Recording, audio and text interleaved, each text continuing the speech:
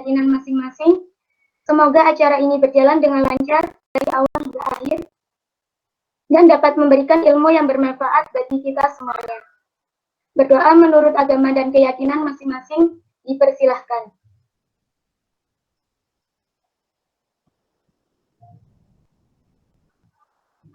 Berdoa dapat dicukupkan. Hadirin yang saya hormati, untuk memulai acara selanjutnya yaitu penyampaian materi oleh narasumber. Untuk sesi ini akan dipandu oleh moderator yang sangat luar biasa. Kepada Dirahma Asyifa selaku moderator, saya persilahkan. Baik, terima kasih untuk Eca. Hadirin yang saya hormati, untuk acara selanjutnya yaitu penyampaian materi. Agar webinar kita hari ini lebih terarah dan penuh manfaat, kami mengajak saudara untuk menaati peraturan sebagai berikut. Yang pertama, pada awal penyampaian materi, peserta diharapkan mengikuti paparan materi dari awal hingga akhir dengan baik. Yang kedua, setelah sesi penyampaian materi berakhir, bagi peserta yang ingin bertanya diharapkan menggunakan format nama, underscore asal, atau izin bertanya atau bisa melalui fitur raise hand. Yang ketiga, ada setiap pertanyaan dari peserta diharapkan menggunakan bahasa yang sopan, santun, jelas, dan tidak ambigu. Selanjutnya, kami persilakan pemateri pertama untuk menyampaikan materinya. Sebelumnya, izinkan saya untuk membacakan biografi pemateri. Ditampilkan biografi pematerinya.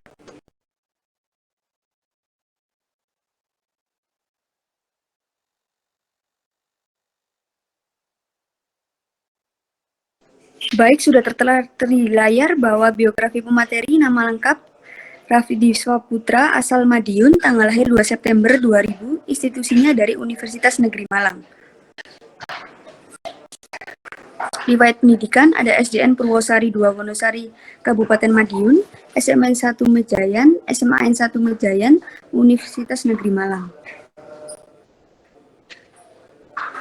Untuk pengalaman organisasi selama di Universitas Negeri Malang, bisa dibaca melalui PowerPoint yang tertera. Mulai dari tahun 2019 hingga tahun 2022.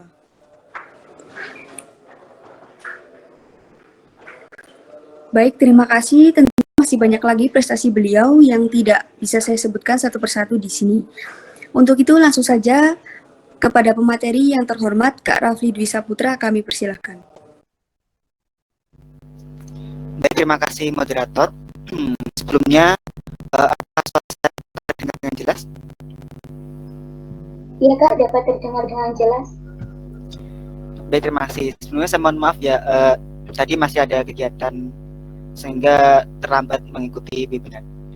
Baik, untuk mempersingkat waktu saya mulai saja. Bismillahirrahmanirrahim. Assalamualaikum warahmatullahi wabarakatuh. Waalaikumsalam warahmatullahi wabarakatuh. Ya, terima kasih atas kehadiran teman-teman dalam mengikuti acara webinar online anti kriminalitas pada hari ini. Untuk tema yang akan saya sampaikan mengenai penurunan kualitas remaja akibat kenakalan remaja dan kriminalitas. Nah, sebelum ini, apakah dari teman ada yang tahu apa itu kenakalan remaja dan kriminalitas?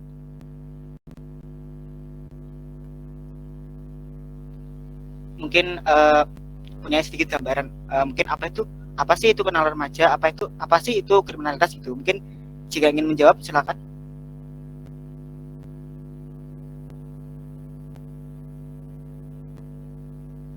Atau mungkin sudah lupa ya?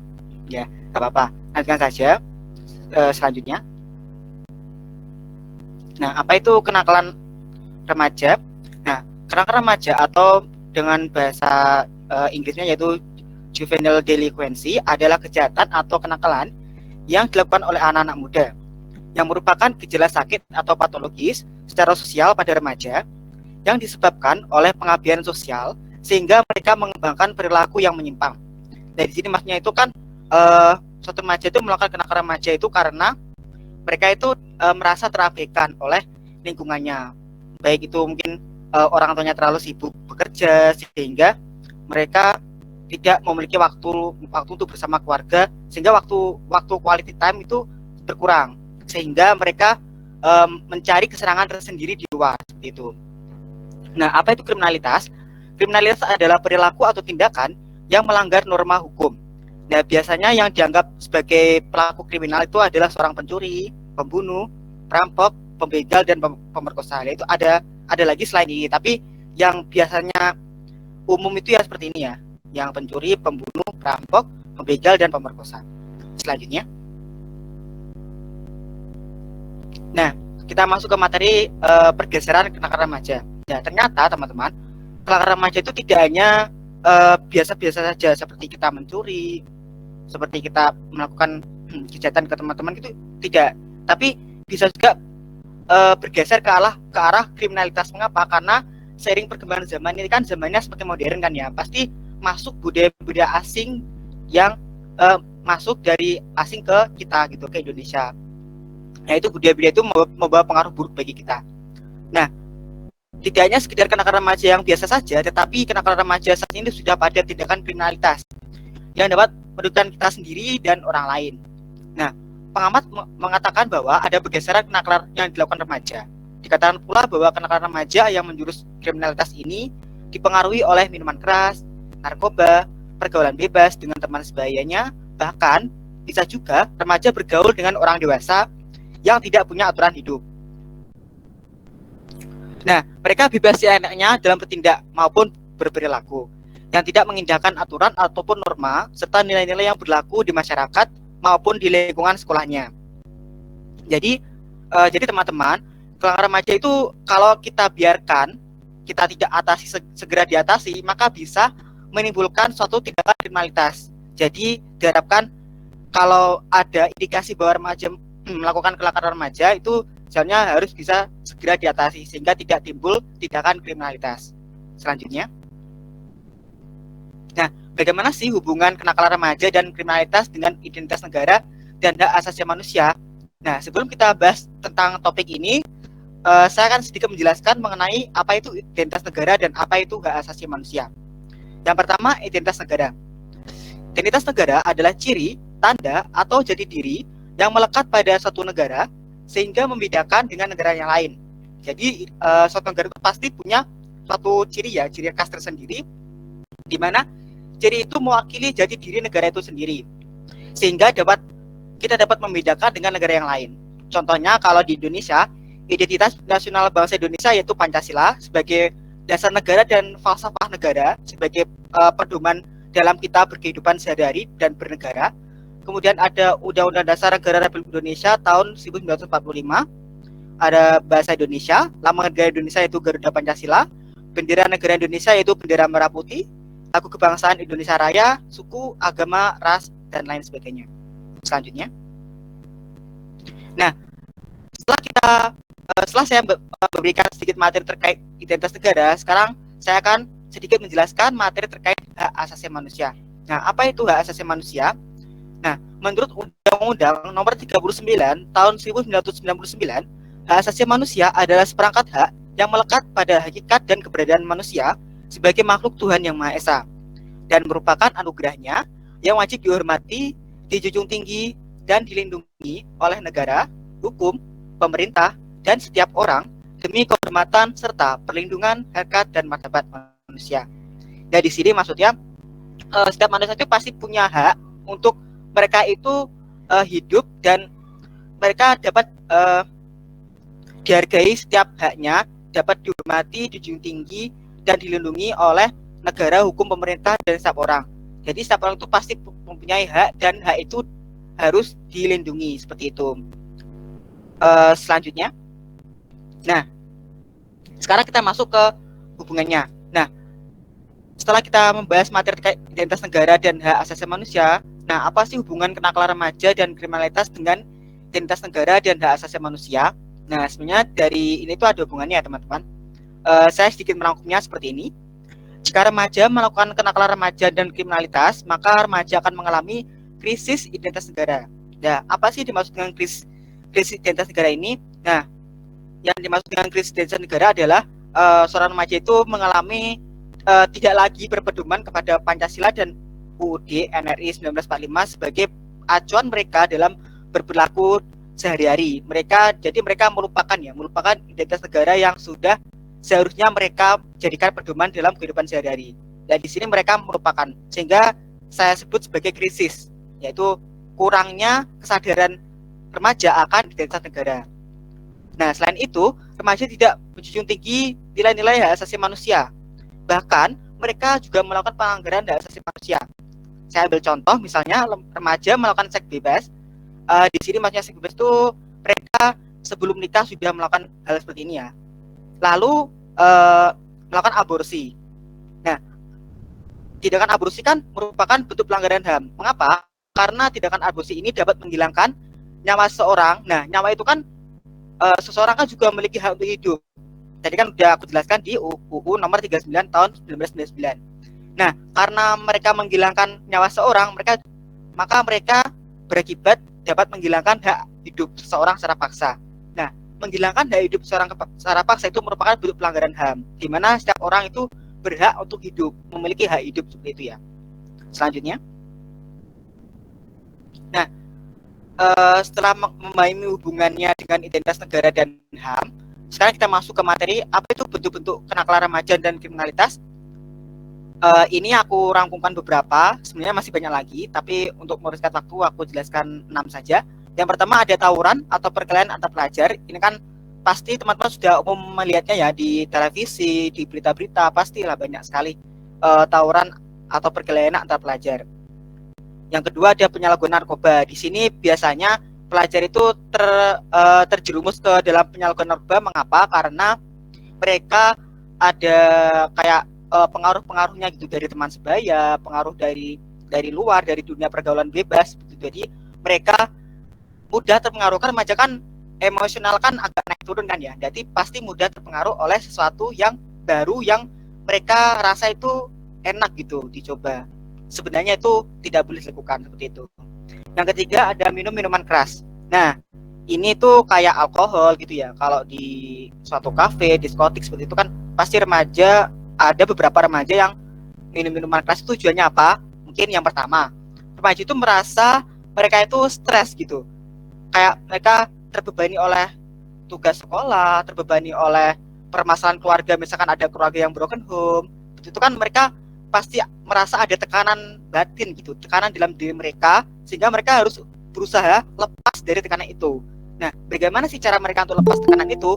Mereka cari kenikmatan. Nah, contohnya mereka minum minuman keras tuh mereka anggap sebagai suatu kenikmatan gitu kan. Pasti kalau setahu saya ya, kalau misalkan seorang tuh minum minuman keras pasti kan kayak efeknya tuh kayak fly, misalkan merasa enak di badan, kayak tidak ada tanggungan pikiran gitu. Nah, seperti itu. Jadi sebenarnya efeknya ini kan efek sementara. Efek panjangnya ini bisa menyebabkan kematian juga. Seperti itu. Jadi perlu diwaspadai ya teman-teman. Untuk yang poin selanjutnya ada seks bebas atau seks pranikah. Nah, apa itu seks bebas atau seks pranikah? Nah, adalah suatu tindakan hubungan seksual di mana yang dilakukan remaja ya ini, di mana mereka melakukan hubungan ini sebelum nikah, sebelum melakukan pernikahan. Karena remaja kan kayak misalkan punya pacar nih, misalkan seorang punya pacar, tapi dia itu pacarnya tuh melewati batas gitu, kayak misalkan pegang-pegangan, cium-ciuman dan lain sebagainya. Aku nggak nyebutin secara spesifik, tapi kalian pasti sudah tahu sendiri ya. Nah, itu pasti mereka ada rasa di mana mereka melakukan seks bebas ini. Jadi tindakan seks bebas ini termasuk kriminal. Mengapa? Karena ini nanti kalau ketahuan oleh pihak kepolisian nanti bakalan ada sanksinya seperti itu ya, kayak hukuman sesuai dengan undang-undang yang berlaku dan sebagainya. Ini tidak boleh dilakukan ya teman-teman. Meskipun kalian sudah ada kayak pendidikan terkait apa itu seks dan sebagainya, itu pasti sudah dapat ya. Tapi jangan sampai, saya mewati-wati, jangan sampai kalian melakukan seks bebas. Karena kalian kan masih mahasiswa, jadi diusahakan kalian harus fokus terhadap kuliahnya ya. Jangan melakukan hal ini seperti itu. Untuk yang kelima ada pencurian. Nah, pasti tahu ya pencurian, kayak pencurian barang-barang, pencurian uang, pencurian kendaraan dan sebagainya itu ya. Yang terakhir ada pembunuhan. Nah, pembunuhan ini biasanya pembunuhan antar remaja, misalkan remaja membunuh temannya sendiri, atau bahkan ada yang akhir-akhir ini remaja itu membunuh ibunya sendiri loh. Itu bagaimana sih perasaan kalian, kok bisanya gitu, kok tega-teganya kalian membunuh ibu kalian sendiri?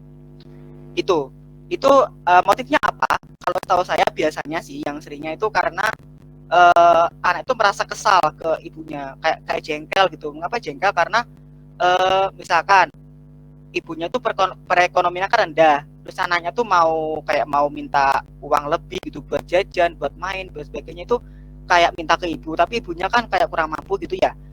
Misalkan kondisinya kurang mampu, tapi ayah tetap nekat gitu. Terus akhirnya dengan rasa jengkelnya sampai-sampai dia tega untuk membunuh ibunya sendiri.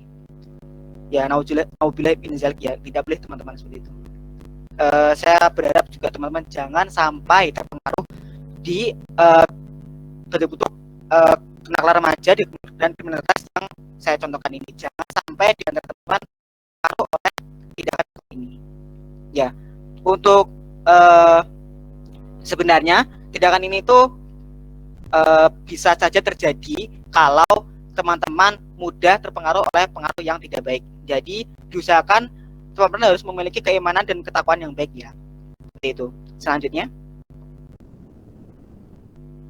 nah, setelah kita mengetahui apa itu bentuk-bentuk kenakalan remaja dan kriminalitas, kita juga akan mengetahui pasti kan ada dampaknya bagi kita sendiri dan bagi orang-orang yang kita.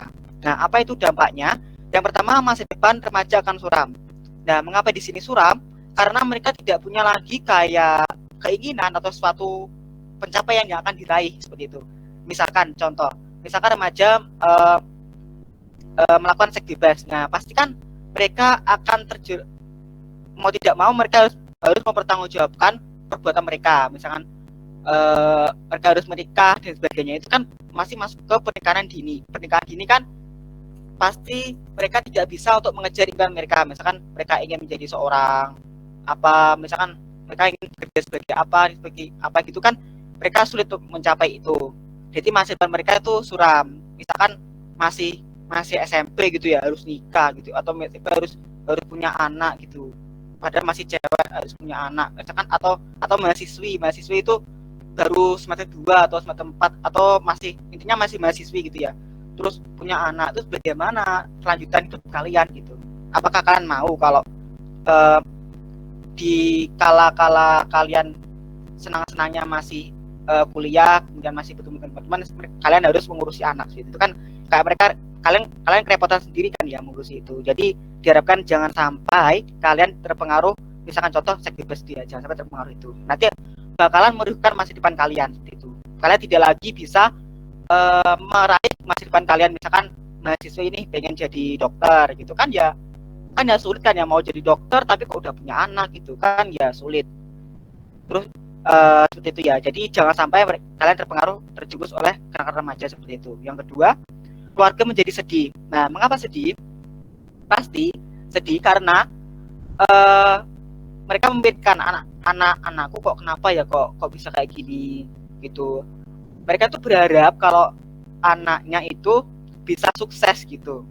Sukses meraih apa yang mereka inginkan, apa yang mereka cita-citakan gitu. Kalau di saat remaja saja sudah melakukan remaja bahkan sampai kriminalitas, pasti mereka akan berpikiran, tuh anak tuh gimana ya, kenapa kok bisa kayak gini, nanti masa depannya gimana, terus gimana kok bisa nanti kok udah dihukum kayak gini, nanti gimana apa rasanya jadi gimana rasanya anakku ini gimana gitu ya, maksudnya perasaannya gimana gitu kan. Juga mereka juga memikirkan itu, mereka juga memikirkan kesenangan kalian. Jadi jangan sampai kalian membuat keluarga kalian sedih karena tindakan kalian. Yang ketiga, terjebak dalam pergaulan bebas. Nah, saya contohkan tadi ya, misalkan remaja itu kan pasti ya kan, remaja kan pasti bergaul. Nah, pergaulan itu kan ada dua, ada yang baik, ada yang buruk. Nah, tergantung kalian nih, kalian mau pilih yang mana, mau pilih yang baik atau yang buruk. Nah, misalkan kalian ini mau yang baik, tapi tiba-tiba ada pengaruh dari teman kalian yang lain yang mengajak kalian ke bebas. Jadi bergaul dengan siapa saja tanpa kalian tahu asal usulnya, sifat-sifatnya dan sebagainya. Jadi misalkan kalian bergaul ke orang-orang yang suka mabuk-mabukan, suka ada geng motor dan sebagainya, intinya suka melakukan tindakan yang buruk gitu, pasti kalian akan terjebak dalam pergaulan bebas. Nah, itu ya. Jadi jangan sampai kalian terjebak dalam pergaulan bebas ini. Dan efek itu bisa juga kalian kayak ikut-ikutan gitu. Kalian mabuk-mabukan, kalian makan seks bebas. Ya, itu kan pasti kalian juga akan memang sih awalnya tanda kutip ya merasa senang gitu, tapi di sisi lain dampak kalian juga harus memberikan dampak panjangnya. Apa sih dampak panjangnya setelah saya melakukan ini gitu? Nah, contohnya yang tadi, dampaknya itu kalian pasti akan merasa masa depannya suram gitu. Kalian nggak bisa meraih apa yang kalian cari-carakan gitu. Pasti keluarga juga sedih dan sebagainya gitu. Untuk yang selanjutnya, dikucilkan oleh masyarakat. Nah, ini pasti ya. Contohnya seperti ini, misalkan, tapi ini tidak semuanya, tapi ini untuk yang kriminalitas. Misalkan kalian melakukan seks bebas tadi ya, seks bebas, tapi ya bebas tadi kan pasti ada stigma atau pendapat dari masyarakat yang berpikiran bahwa oh anak ini tuh berani sekali ya, kok bisa itu baru mahasiswa atau mahasiswa itu kok bisa aja gitu melakukan kayak gini, kan mereka harusnya kan lebih mementingkan pendidikan mereka. Itu pasti ada stigma kayak gitu. Oh anak orang tua ini, oh anak bapak ini, oh anak ibu ini. Jadi mereka tuh ada pemikiran yang buruk gitu terkait keluarga kalian gitu. Jadi jangan sampai di lingkungan kalian itu kalian melakukan kayak gitu. Jadi pasti masyarakat akan resah gitu, kayak jengkel gitu. Mengapa sih orang ini kok aku merasa nggak nyaman gitu ya, takutnya nanti ketularan gini-gini. Makanya keluarga kalian bisa jadi terusir dari lingkungan itu, di lingkungan perkampungan atau lingkungan perumahan itu gara-gara tindakan kalian yang melakukan seks bebas itu. Pasti kan ada stigma buruk terkait keluarga kalian. Jadi jangan sampai kalian melakukan seperti itu. Yang selanjutnya ada menimbulkan tindakan kriminalitasnya. Tadi ya, misalkan kenakalan remaja. Tadi kan misalkan pencurian, kayak misalkan cuma iseng-iseng pencurian. Misalkan kalian curi uangnya teman kalian, misalkan 10 gimana kan tuh kayak terus kalian umpetin gimana gitu.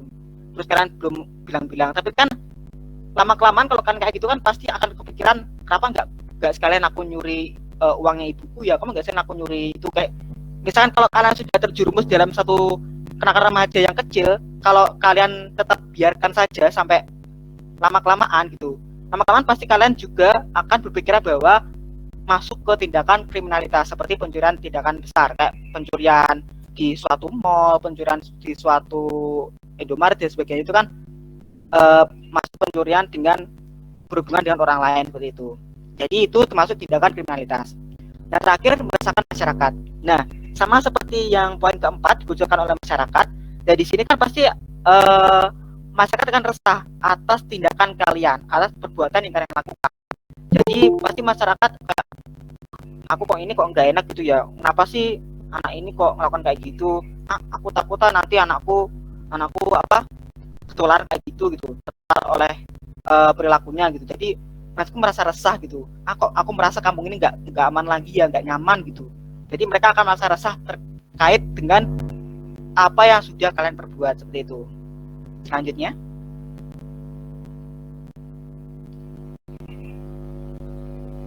nah tadi kan udah ada beberapa tindakan kenakalan remaja dan kriminalitas.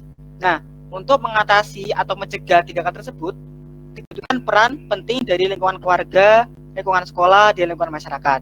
Yang pertama kita bahas dulu terkait peran penting lingkungan keluarga. Pertama, menciptakan keluarga yang harmonis, terbuka, dan jauh dari kekacauan. Nah, di sini maksudnya apa? Jadi diharapkan itu satu keluarga itu bisa menjalin hubungan yang baik antar anggota keluarga. Jadi antara ayah, ibu, anak, dan lain-lain sebagainya itu diharapkan menjaga keharmonisan gitu ya. Jadi jangan sampai ada saling perpecahan gitu, kayak misalkan rasa jengkel, rasa kecewa, benci dan sebagainya jangan sampai. Jadi diusahakan menumbuhkan rasa harmonis antar anggota keluarga. Nah, yang kedua ada terbuka. Di sini terbuka itu maksudnya setiap ada masalah yang kalian hadapi, misalkan masalah kalian, terus kemudian kalian nggak sampaikan ke orang tua, jangan sampai ya. Kalian harus menyampaikan semua masalah kalian ke orang tua. Jadi biar orang tua itu tahu apa sih masalah yang anak saya hadapi, bagaimana sih solusinya. Saya harus berikan solusi. Jadi orang tua tuh pasti mikir, anak itu harus seneng gitu. Ininya tuh orang tua tuh pasti mikirnya ke anak. Jadi kalian jangan sampai mengecewakan orang tua kalian, karena orang tua kalian sudah bekerja keras, banting tulang untuk membiayai kuliah kalian, membiayai semua kebutuhan kalian. Nah, orang tua itu tujuannya apa? Agar anak itu senang. Jadi orang tua itu kalau anaknya senang, pasti orang tua juga senang gitu. Nah, di sini diharapkan kalau misalkan kalian ada masalah, baik itu masalah di kampus, masalah di lingkungan masyarakat, masalah di lingkungan pertemanan, pergaulan, dan sebagainya, diharapkan kalian itu dapat terbuka ke orang tua gitu ya. Jangan sampai kalian pendam sendiri masalah kalian, kemudian kalian selesaikan sendiri. Misalkan kalian selesaikan sendiri dengan teman kalian, kemudian tapi penyelesaiannya tidak baik, akan terjadi suatu kenakalan remaja lagi, dan bisa jadi juga terjadi kriminalitas juga. Jadi jangan sampai kalau ada masalah kalian pendam sendiri gitu ya. Harus cerita dengan orang tua, sampaikan saja secara sejujur-jujurnya, sampaikan apa masalah kalian, nanti biar orang tua yang memberikan solusinya, dibahas bersama, nanti akan selesai masalah kalian seperti itu. Jadi jika kalian terbuka kemudian harmonis, pasti akan jauh dari kekacauan gitu ya. Pasti keluarga itu akan menjadi kayak keluarga yang harmonis, sejahtera, aman, damai, sentosa, dan sebagainya. Jadi pasti di kehidupan sehari-hari pasti keluarga tersebut dapat menjalani kehidupan dengan lancar seperti itu. Yang kedua, memberikan kesempatan kepada remaja untuk mengemukakan pendapatnya dalam batas-batas kewajaran tertentu. Dan di sini maksudnya bagaimana? Jadi orang tua itu seharusnya memberikan kesempatan bagi anaknya untuk menyampaikan pendapatnya. Misalkan orang tua diskusi terkait sesuatu hal. Jadi tapi anaknya itu harus kasih kesempatan untuk menyampaikan pendapat. Jadi biar pendapatnya itu biar bisa ditanggapi oleh orang tua. Jadi biar kembali juga ke kalian juga ya. Jadi diskusi ini juga bermanfaat bagi kalian. Nah, tapi pendapat yang di sini harus menggunakan batas-batas kewajaran tertentu. Jadi jangan sampai pendapat kalian tuh melampaui batas. Misalkan kalian pendapatnya tidak sesuai dengan apa yang dimau orang tua. Misalkan orang tua mau misalkan diskusi terkait misalkan mau milih kuliah di mana gitu ya. Misalkan orang tua mau pilih anaknya tuh mau kuliah di mana ya. Terus kamu mau kuliah di mana gitu. Ya sini diskusikan dulu sama bapak sama ibu gitu. Terus misalkan anaknya nyampaikan pendapat, Pak Bu saya mau kuliah di UM gitu. Jurusan apa? Jurusan matematika gitu misalkan. Nah, misalkan kayak gitu. Nah, pasti orang tua akan pertimbangan berapa sih, misalkan pertimbangan terkait mungkin jarak UM ke rumah, mungkin biaya UKT-nya berapa dan sebagainya, itu pasti akan menjadi pertimbangan. Jadi jadi kalian tuh menyampaikan pendapat itu secara baik dan sopan ya ke orang tua. Jangan sampai yang dimaksud batas-batas di sini tuh jangan sampai kalian tuh menyampaikan pendapat secara gimana ya, kayak dengan nada yang tinggi. Misalkan kalian marah-marah, misalkan orang tua kayak kurang setuju sama pendapat kalian, atau maunya di sini tapi kalian maunya di sini, tapi kalian kayak menyampaikan itu secara lantang, secara gimana ya, cara membentak-bentak orang tua itu jangan sampai. Jadi kalian itu kalau mau diskusi itu dengan sopan, dengan baik gitu, saling menghargai lah antara anak dengan orang tua, sehingga apa yang sudah diskusikan dapat dijalani dengan lancar. Kemudian yang ketiga, orang tua selalu berbagi pengalaman, cerita, dan informasi kepada remaja. Ya di sini maksudnya bagaimana? Nah kan pasti orang tua kan kayak misalkan nih yang tadi ya contohnya kayak misalkan mau milih kuliah di mana. Nah orang tua kan misalkan udah ada basic atau sebelumnya sudah pernah kuliah di UM, misalkan UM jurusan matematika. Misalkan dia itu orang tua itu pasti harusnya terbuka. Jadi berbagi pengalaman, berbagi cerita dan informasi kepada remaja. Misalkan dari sini misalkan saya kaitkan dengan kenakalan remaja. Misalkan orang tua itu harus punya keimanan dan ketakwaan yang baik, sehingga mereka dapat berbagi pengalaman. Kayak misalkan kalau kayak gini itu tidak boleh, alasannya kenapa. Kalau tindakan kayak gini itu harusnya dilakukan, alasannya kenapa. Jadi anak itu biar tahu mana yang benar yang dilakukan, mana juga yang salah untuk dilakukan. Jadi mana yang harus dilakukan, mana yang tidak dilakukan itu. Jadi sehingga anak dapat mengetahui mana yang benar, mana yang salah, dan mereka dapat menerapkannya dalam kehidupan sehari-hari, dan mereka hanya memilih yang benar saja. Jadi jangan sampai orang tua itu merasa kayak acuh tak acuh gitu ya, maksudnya tidak mempedulikan apa yang saja yang anak lakukan. Orang tua itu harus peduli kepada anaknya seperti itu. Yang keempat, sebaiknya orang tua memperlihatkan sikap-sikap yang pantas dan dapat diteladani oleh anak-anak mereka. Nah, seperti yang tadi hampir ada hubungannya sama poin 3, yang poin 4 di sini. Sebenarnya orang tua itu kan orang tua itu kan suatu figur atau suatu cerminan orang-orang yang menjadi pedoman atau acuan bagi anak-anak gitu ya, bagi anak-anak mereka. Jadi harusnya orang tua itu harus bisa memberikan sikap-sikap yang pantas, maksudnya yang sesuai baik untuk menjadi teladan oleh anak-anak mereka. Jadi misalkan orang tua itu memiliki tindakan yang baik, misalkan orang tua itu suka menabung, rajin bekerja, terus rajin beribadah, kemudian bersedekah dan sebagainya, itu kan adalah suatu tindakan yang positif ya. Nah, itu harusnya dicontohkan ke anak-anaknya gitu, harus diperlihatkan bagaimana sih tindakan yang baik seperti apa. Tapi kan pasti anak-anak mereka kan juga akan menirukan atau mencontoh tindakan yang baik tersebut, sehingga kenakalan remaja pasti akan teratasi. Pasti remaja tidak akan terjerumus ke kenakalan remaja dan kriminalitas, karena mereka sudah dibekali oleh keimanan dan ketakwaan, perilaku yang baik seperti rajin bersedekah, beribadah, kemudian rajin baca Al-Quran, kemudian rajin bekerja, suka menabung, terus berbuat baik dengan semua orang dan sebagainya. Itu kan tindakan-tindakan tersebut dapat mempengaruhi remaja untuk tidak terjerumus ke kenakalan remaja dan kriminalitas, sehingga tindakan kenakalan remaja dan kriminalitas dapat segera teratasi. Selanjutnya, nah, yang kedua adalah lingkungan sekolah. Nah, di lingkungan sekolah itu saya merangkum 3 poin. Yang pertama, menegakkan disiplin sekolah yang wajar dan dapat diterima oleh siswa dan warga sekolah. Nah, di sini maksudnya bagaimana? Setiap warga sekolah, baik itu siswa maupun guru maupun tenaga pendidik dan sebagainya, intinya dan sebagainya, itu harus menegakkan disiplin sekolah. Kan setiap sekolah itu pasti ada aturannya yang mengikat dan harus dipatuhi oleh semua warga sekolah. Nah, diharapkan dengan aturan ini dapat mendisiplinkan semua warga sekolah, terutama siswa ya, sehingga siswa tersebut tidak akan terjerumus ke kenakalan remaja dan kriminalitas.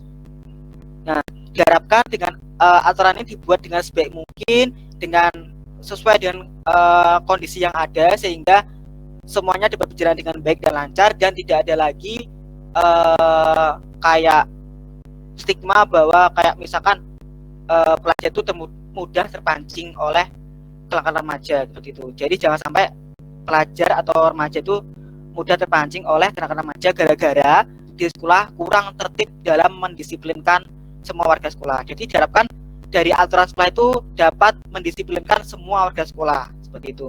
Yang kedua, melaksanakan peraturan dengan adil dan bijaksana. Nah, misalkan di sekolah kan pasti ada aturannya tuh, harus datang tepat waktu, misalkan terlambat harus izin, misalkan terlambat harus menyampaikan alasannya bagaimana, nanti ada sanksi atau hukumannya seperti itu. Kemudian harus berpakaian dengan sopan dan rapi, tidak boleh memakai perhiasan terlalu berlebihan seperti itu ya. Jadi harus peraturan-peraturan tersebut harus dilakukan dengan adil dan bijaksana. Jadi tidak hanya untuk beberapa siswa yang tanda kutip misalkan anaknya guru ya, atau siswanya itu menjadi anaknya seorang guru, anaknya seorang dosen, itu tidak. Jadi ini berlaku untuk semuanya, baik itu yang anaknya guru ataupun anak dosen maupun siswa yang lain. Jadi berlaku untuk semua siswa. Jadi diharapkan harus adil, diterapkan dengan adil dan bijaksana. Yang ketiga, meningkatkan kerjasama dengan masyarakat yang tinggal di lingkungan sekitar sekolah. Nah, di sini maksudnya bagaimana? Pasti sekolah kan juga akan bekerjasama dengan masyarakat. Kayak misalkan ada kegiatan bakti sosial dan sebagainya, itu saling mendukung gitu ya. Kita berbagi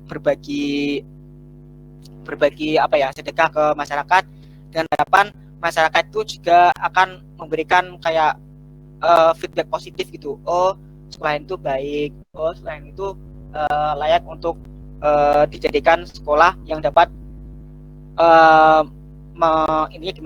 dapat menumbuhkan perilaku yang baik bagi setiap siswanya yang masuk di sekolah itu. Jadi diharapkan dari antara kerjasama antara masyarakat dan siswa ini dapat menjadikan remaja itu bisa masuk sekolah tersebut, kemudian remaja tidak akan lagi terjerumus ke suatu perbuatan yang buruk seperti kenakalan remaja dan kriminalitas.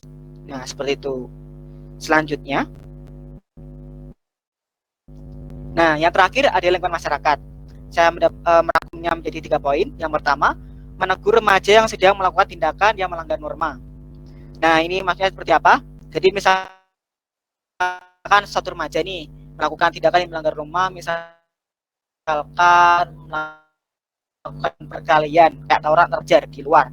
Nah, itu kan adalah suatu perilaku yang tidak baik ya, aku jelaskan tadi. Jadi sebenarnya juga menegur, tapi menegurnya jangan cuma dibilangin aja, kamu gak boleh kayak gini, cuma itu kan tetap aja nggak mempan gitu. Remaja itu pasti akan melakukan, dia menegurnya itu harus kayak gimana ya, harus dibilangin dulu, kayak intinya dihentikan dulu, misalkan dari pihak kepolisian atau dari pihak masyarakat harus menghentikan tindakan itu, kemudian dibicarakan dengan baik-baik, harus secara langsung tatap muka ya lah, harus kayak apa, empat mata, atau harus lebih fokus ke siswa yang bersangkutan. Jadi langsung disampaikan, tidak boleh nak kamu itu tidak boleh kayak gini, harusnya kayak gini, kalau kamu kayak gini itu pasti efeknya kayak gini. Jadi masyarakat itu menjelaskan kalau efek dari tawuran pelajaran pasti akan merugikan mereka sendiri, pelajar sendiri, dan masyarakat di sekitarnya itu. Jadi masyarakat itu harus bisa menjelaskan hal itu sehingga remaja itu tidak akan mengulangi kegiatan yang sama lagi. Yang kedua, menjadi teladan yang baik bagi remaja yang tinggal di lingkungan tempat tinggal. Nah, misalkan suatu remaja, misalkan teladannya, misalkan ada nih suatu remaja yang rajin beribadah di masjid, meskipun rumahnya jauh ya, tapi mereka rajin beribadah di masjid, rajin baca Al-Quran, tadarus, dan sebagainya, itu rajin bersedekah. Jadi pasti lama-kelamaan suatu remaja itu pasti akan memperhatikan seorang remaja tersebut, pasti akan memperhatikan, oh anak ini tuh ternyata baik ya, rajin sholat di masjid, rajin beribadah, rajin bersedekah, rajin membaca Al-Quran, rajin tadarus, dan sebagainya, berbuat baik, orang yang kesusahan dan sebagainya. Itu pasti remaja-remaja akan terpengaruh oleh perilaku tersebut, sehingga mereka menentukan perilaku tersebut, sehingga dapat membawa dampak positif bagi lingkungan masyarakat di sekitarnya, seperti itu. Jadi kalau sudah timbul dampak positif kan mereka tidak akan mereka lupa ini itu lebih jauh itu, pasti akan mereka lebih fokus ke tindakan yang positif yang saya jelaskan tadi. Ketiga, bedakan kegiatan ada yang taruna ya, kalau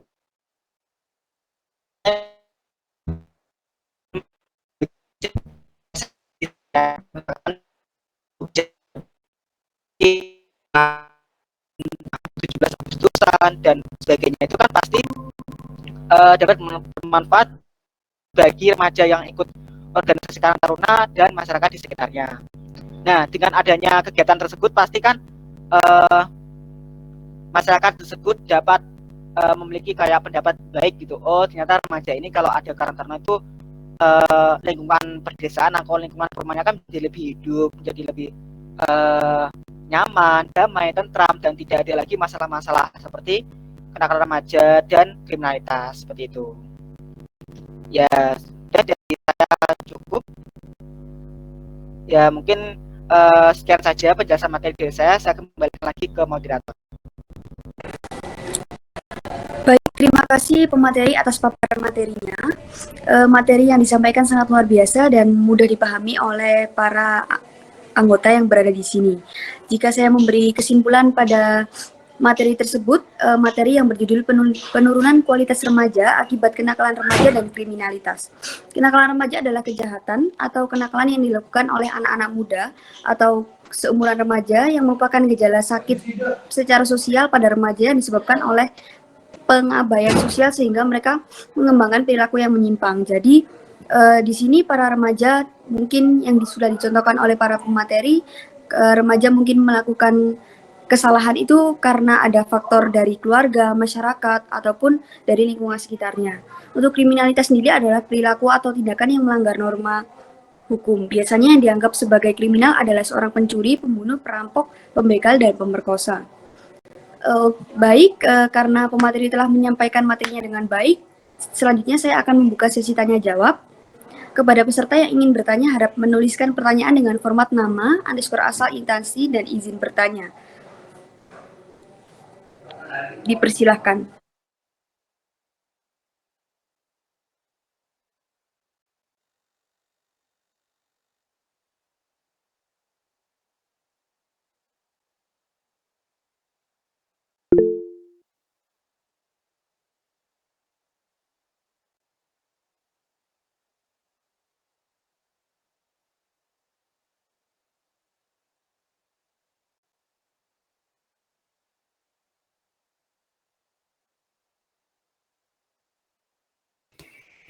Ini sudah ada pertanyaan. Apakah saya yang bacakan atau dari moderator?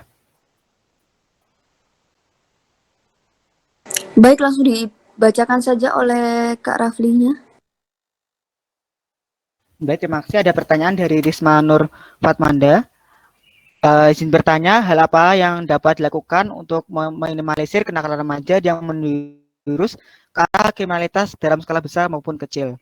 Ya, terima kasih atas pertanyaannya. Saya izin menjawab.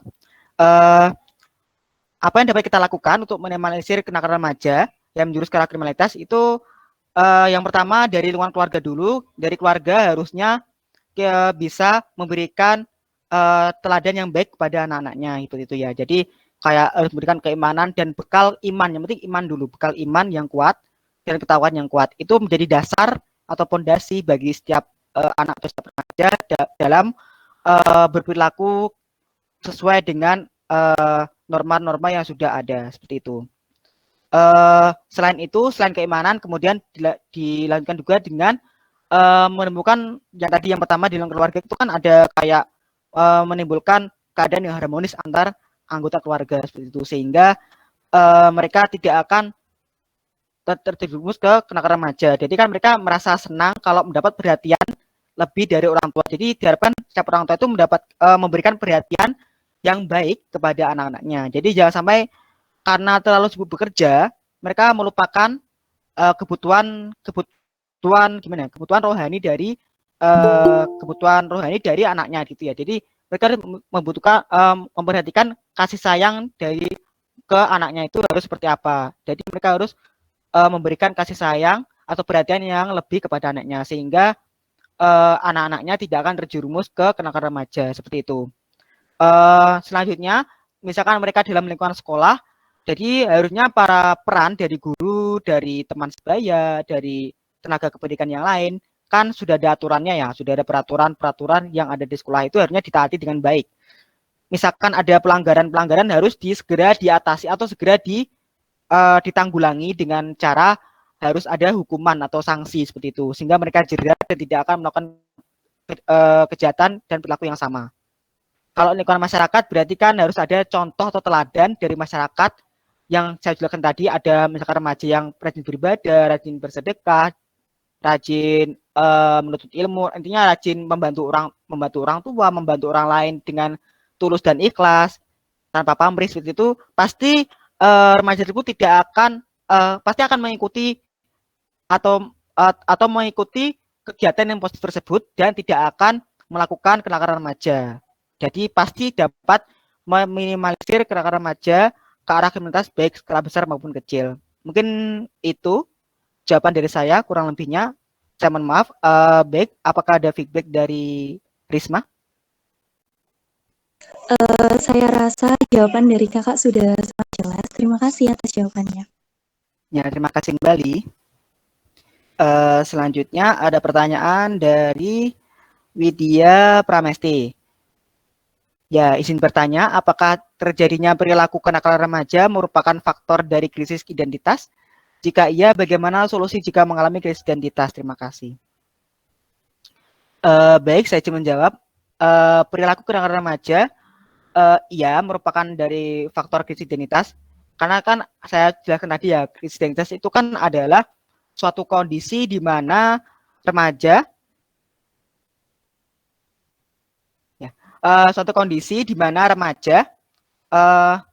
tidak lagi berpedoman terhadap peraturan-peraturan yang merupakan identitas suatu negara, misalkan Pancasila, UUD NRI 1945 dan sebagainya, itu mereka tidak mengindahkan atau mempedulikan aturan itu. Mereka berperilaku seenaknya saja tanpa mereka mempedulikan adanya aturan itu. Misalkan contoh tadi ada seks bebas dan sebagainya gitu. Kemudian jika ya bagaimana solusi jika mengalami krisis identitas?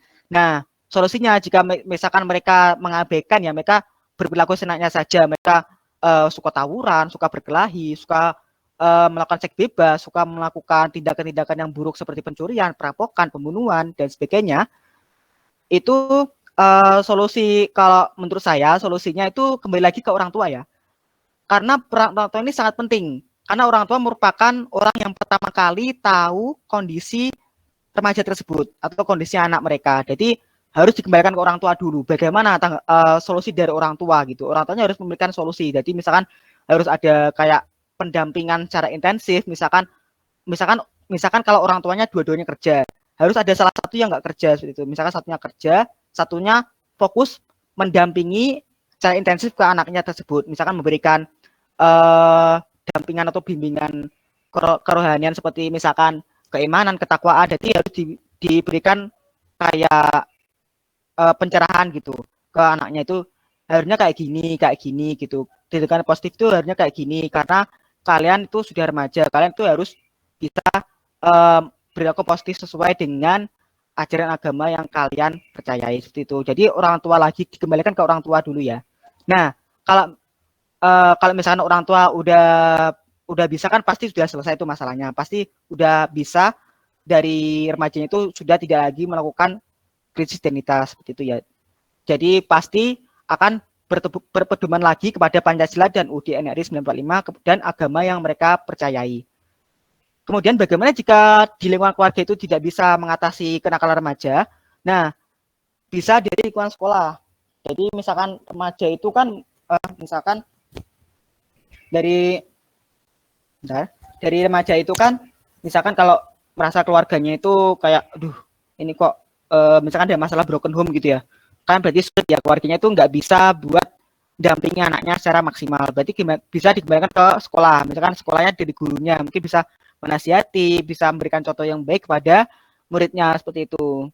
Harus diberikan pendampingan secara intensif ya, tidak hanya sekedar cuma dibilangi aja. Jadi benar-benar dicontohkan bagaimana sih tindakannya. Jadi benar-benar anak itu di gimana ya?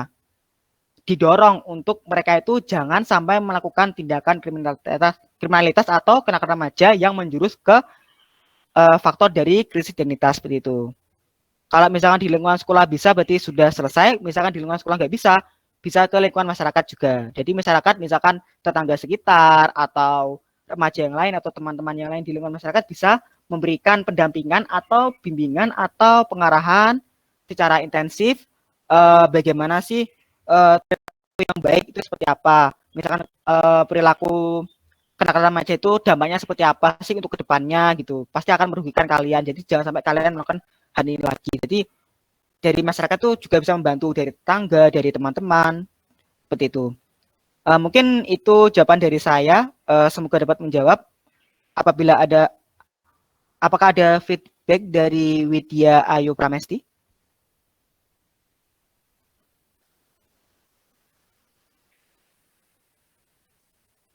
Bagaimana?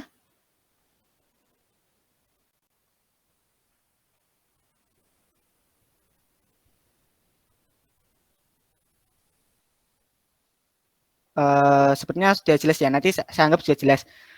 Nanti misalkan ada pertanyaan lagi boleh chat saya pribadi. Saya sudah ada nomornya di grup. Nanti silakan chat saya nggak apa. Saya lanjutkan untuk pertanyaan selanjutnya ada dari Dinda Ajeng. Izin bertanya, apa penyebab seorang anak melakukan kenakalan remaja yang berbentuk kriminalitas? Terima kasih. Terima kasih atas pertanyaannya. Saya izin menjawab ya. Seorang anak melakukan kenakalan remaja yang berbentuk kriminalitas itu penyebabnya apa? Nah, sebenarnya tadi kalau pastikan itu penyebabnya karena mereka melakukan kenakalan remaja yang kecil, misalkan kayak pencurian barang milik teman, kayak menyembunyikan barang tanpa seizin, intinya mengambil barang tanpa seizin atau meminjam barang tanpa seizin teman gitu kan, cuma asal ambil gitu dan nggak dikembaliin, itu kan kayak tindakan kenakalan remaja yang kecil-kecil. Nah, dari situ pasti mereka akan berpikiran tuh lama-kelamaan, pasti mereka akan berpikiran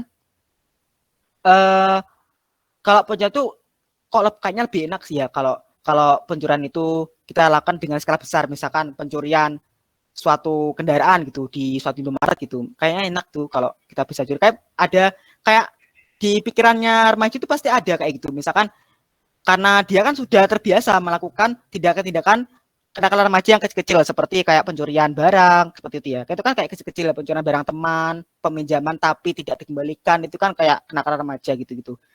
Jadi kalau itu terus-terus dilakukan sampai lama-kelamaan itu kan pasti remaja akan berpikiran kenapa sih nggak sekarang kita aku lakuin tindakan yang kriminalitas yang besar itu kayak pencurian motor, pencurian perhiasan, pencurian mobil dan sebagainya itu pasti mereka ada pemikiran kayak gitu. Jadi itulah penyebabnya mengapa seorang anak atau seorang remaja itu melakukan tindakan remaja bentuk kriminalitas. Jadi mereka faktornya pertama adalah keseringan atau seringnya mereka melakukan tindakan yang kecil-kecil, yang tindakan kenakan remaja yang kecil, misalkan pencurian atau dan sebagainya itu pasti mereka ada rasa untuk lebih melakukan tindakan yang lebih berbahaya lagi. Misalkan kalau contoh yang lain, misalkan kenakan remaja seks bebas itu kan dasarnya atau awalnya dari pacaran ya. Nah, pacaran ada suatu hal yang wajar dalam salah diri kita kan wajar jika ada batasnya ya, misalkan nggak sampai pegang secara buruk gitu, misalkan mau pegang tangan sih nggak apa-apa, tapi mungkin pegangan tangan tapi nggak gimana ya, itu nggak boleh sih kalau pegangan tangan, jadi jangan sampai kayak itu. Jadi kayak cuma pacaran cuma sekedar buat penyemangat kuliah gitu tuh nggak apa-apa sih sebenarnya, asalkan kalian sudah bisa mengatur diri sendiri jangan sampai melampaui batas seperti itu. Nah, dari pacaran itu pasti ada beberapa mahasiswa pikiran ngapa sih kalau nggak pacaran itu nggak sekalian itu lebih terbuka, misalkan pegangan tangan, pelukan dan sebagainya itu kan menjerumus ke kriminalitas kan bisa terpancing juga ke seks bebas gitu. Pasti mereka akan terpancing kayak gitu gara-gara mereka sering melakukan pacaran di luar batas itu. Jadi contohnya itu ya, jadi faktornya atau penyebabnya kenapa, karena yang pertama seringan melakukan tindakan kecil seperti pencurian, kadang-kadang teman dan sebagainya. Misalkan contoh yang kedua, keseringan melakukan pacaran pertamanya itu masih aman-aman aja, masih chat dan sebagainya, tapi tadinya itu masih sopan. Tapi lama-kelamaan kalau sudah ketemu janjian gitu ya, pasti ada rasa nih, oh ini kayaknya cantik banget nih, kayaknya datang banget kayak ada rasa gitu buat memegang-megang atau pelukan. Nah, di situ pasti akan muncul suatu tindakan seks bebas. Jadi itulah faktornya atau penyebabnya seorang anak melakukan kenakalan remaja yang berbentuk kriminalitas. Jadi faktor keseringan melakukan tindakan yang kecil, yang tindakan kenakalan remaja yang masih kecil, tapi keseringan sehingga akan timbul tindakan yang besar sehingga dapat menimbulkan kriminalitas itu. Mungkin itu dari jawaban dari saya. Apakah ada dari diri aja? Sudah cukup jelas, Kak. Terima kasih. Ya, terima kasih kembali. Selanjutnya ada pertanyaan dari Habibatul Robania ya. Izin menyampaikan pertanyaan. Sepertinya cukup banyak pertanyaannya. Oke, masih ada waktu. Habibatul Robania ingin menyampaikan pertanyaan. Menurut Kak Raffi, apakah sudah benar dan efektif penelitian yang kita lakukan untuk mencegah maraknya kenakalan remaja, dan jika belum efektif cara apa yang dilakukan untuk bisa mengurangi kenakalan remaja? Baik, terima kasih atas pertanyaannya. Saya jawab. Seperti yang sudah saya jelaskan, kegiatan pencegahannya dari lingkungan keluarga, dari lingkungan sekolah, lingkungan masyarakat, itu menurut saya sudah efektif ya dalam mencegah maraknya kenakalan remaja dan ya kriminalitas. Mengapa efektif? Karena dari 3 aspek gitu ya, dari 3 lingkungan. Tidaknya berfokus pada salah satu, misalkan cuma lingkungan keluarga aja, lingkungan masyarakat pun juga tidak bisa. Jadi harus ketiga-tiganya itu harus bersinergi gitu, bekerja sama satu padu untuk mencegah terjadinya kenakalan remaja. Yang menurut saya sudah cukup efektif. Mungkin kalau mengapa, misalkan ada mungkin beberapa yang efektif, mengapa? Karena mereka tidak melakukan apa yang sudah saya tadi, mereka tidak melakukannya dengan maksimal. Misalkan mereka cuma menegur saja, bener sih macam-macamnya, tapi cuma menegur, cuma membilangi ini tuh nggak boleh gitu toh. Jadi cuma gitu aja gitu, nggak sampai ke benar-benar mencontohkan yang baik seperti apa. Jadi mereka cuma gitu aja. Itu kan pasti tidak akan merubah atau tidak akan mengubah perilaku remaja menjadi lebih baik seperti itu. Ya. Saya sudah cukup jawaban dari saya. Apakah dari Habibatun Numbania ada kritik?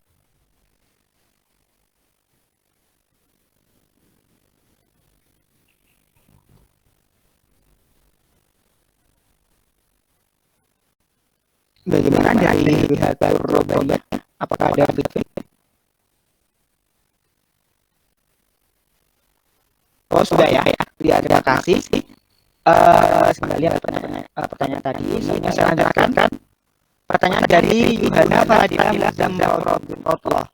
Nah, bertanya bagaimana tanggapan materi mengenai fenomena kritik yang melibatkan remaja, lalu bagaimana cara memberi EF jerat kepada para remaja yang tidak dalam tersebut agar hal itu tidak terulang kembali.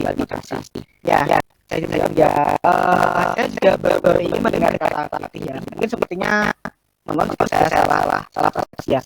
Saya itu kayak suatu tindakan remaja itu melakukan kekerasan penganiayaan gitu ya, penganiayaan ke orang lain kayak penjagalan, kayak misalkan mama juga saya ya kayak misalkan penjagalan atau penganiayaan secara fisik gitu ya. Itu kan pasti dilibatkan remaja. Nah, bagaimana sih cara pencegahannya? Sama kayak tadi ya. Orangnya juga lingkungan keluarga.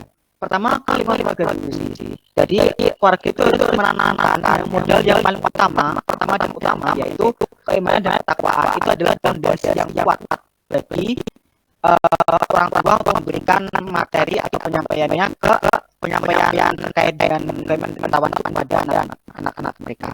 Jadi saya kembali lagi ke orang tua sih. Orang tuanya harus lebih bisa memberikan pengarahan yang baik kepada anaknya sehingga anaknya tidak akan melakukan tindakan kritis gitu ya. Itu jadi bisa dari lingkungan keluarga, lingkungan sekolah kalau seperti itu menegakkan aturan sekolah seperti itu atau supaya ditegakkan lagi, dipertegas lagi kalau ada melanggarkan sanksi yang bisa membuat efek jerah. Terus di lingkungan masyarakat berarti ya lihat ada teladan yang baik dari satu remaja yang lain atau teman-temannya atau masyarakat misalkan tetangga harus ada teladan yang baik bagi remaja tersebut seperti itu. Dan antar tetangga itu harus saling memberikan support atau dukungan atau perhatian kepada remaja yang melakukan tindakan ini. Seperti itu dari saya seperti itu. Apakah dari mana ada kritik? Baik Kak, terima kasih atas penjelasannya. Ya, baik, terima kasih kembali. Sepertinya ada yang sudah cukup. Apakah ada yang lagi?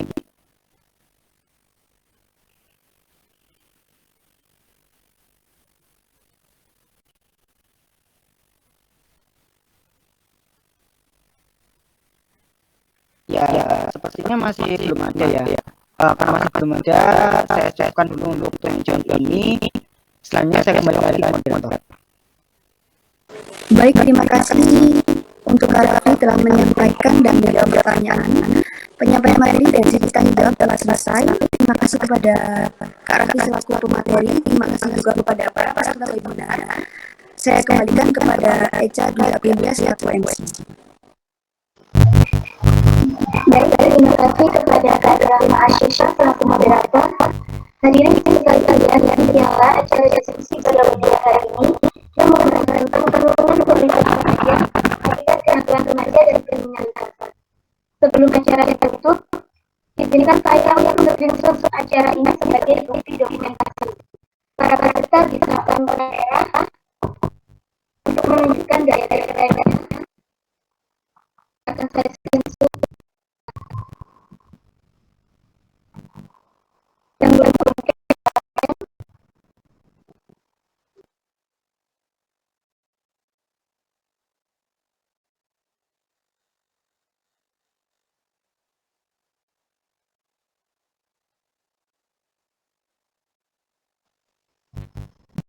Yang 1, 2, 3.